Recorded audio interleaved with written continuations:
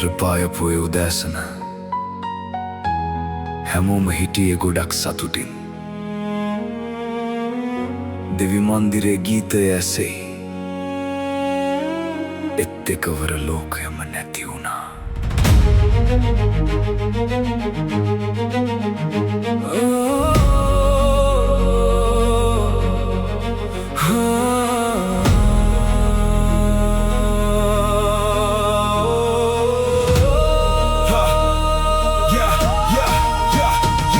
සුදු ඇඳුම් ලේවලින් තෙත්තුනා. කවදාවත් නොහිතපු දෙයක් වුණා. මව්පියන්ට දරුවෝ නැති වුණා. දරුවන්ට මව්පියන් නැති වුණා. අදට අවුරුදු 7ක් ඒ තවම ඒ දුක් ගින්නෙමයි අපි තැවෙන්නේ. කාගේද මේ පව තවම නෑ කවුරුත් දන්නේ. අහිංසක ජීවිතවලට සාධාරණයක් නෑනේ. රාජාසනවලට අපිව බිලි දුන්නා. කුරුස තිබ්බලේ තවම මැකුණේ නෑ. අවුරුදු 7ක් බලන් හිටියා. ඒ තවම උබලට මහමොලකරු හම්බ වුණේ නෑ.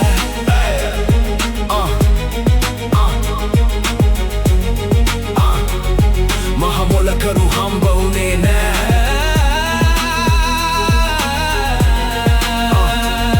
යකෝ අවුරුදු 7කේ තවම නඩු තීන්දුව නෑ. මේක කරපු එවුන් තවම නිදැල්ලේ උන් තවම පේන්නේ නෑ. ආණ්ඩු දෙක ගියා තව කී දෙනෙකයිද තමන්ව බලයට ගන්න මේක පාවිච්චි කළා නේද? එක කියනවා ජෝක් එක කියලා, තව එක කියනවා දන්නේ නෑ කියලා. ඒ මරිච්ච මිනිස්සුන්ගේ දෙමව්පියන්ගේ දුක්කන්ද උබලට පේන්නේ නෑ. තොපිට තියෙන්නේ තිරිසන් හදවතක්. ලොකු පුතුවල ඉඳන් මේක ප්ලෑන් කරපු එවුන්. උබලා හිතුවද මැරෙන්නේ නෑ කියලා? තොපි තමා මේක කරපු එවුන්. බාස්කු බෝම්බ කේස් එක උබලට ගේම් එකක් වුණා. එතෙකෙන් පවුලක තිබ්බ හැමදේම නැති වුණා. චන්ද ගුණ්ඩු බොරු පොරොන්දු නීති පොත නිදි ඒත් මතක තියාගන්න. සොබාදහම තොපිට දඬුවම් දේවි දැඩි.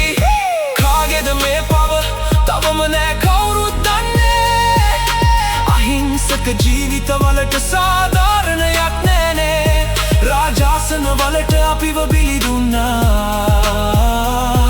කුරුසේ තිබ්බලේ තවම මැකුණේ නෑ.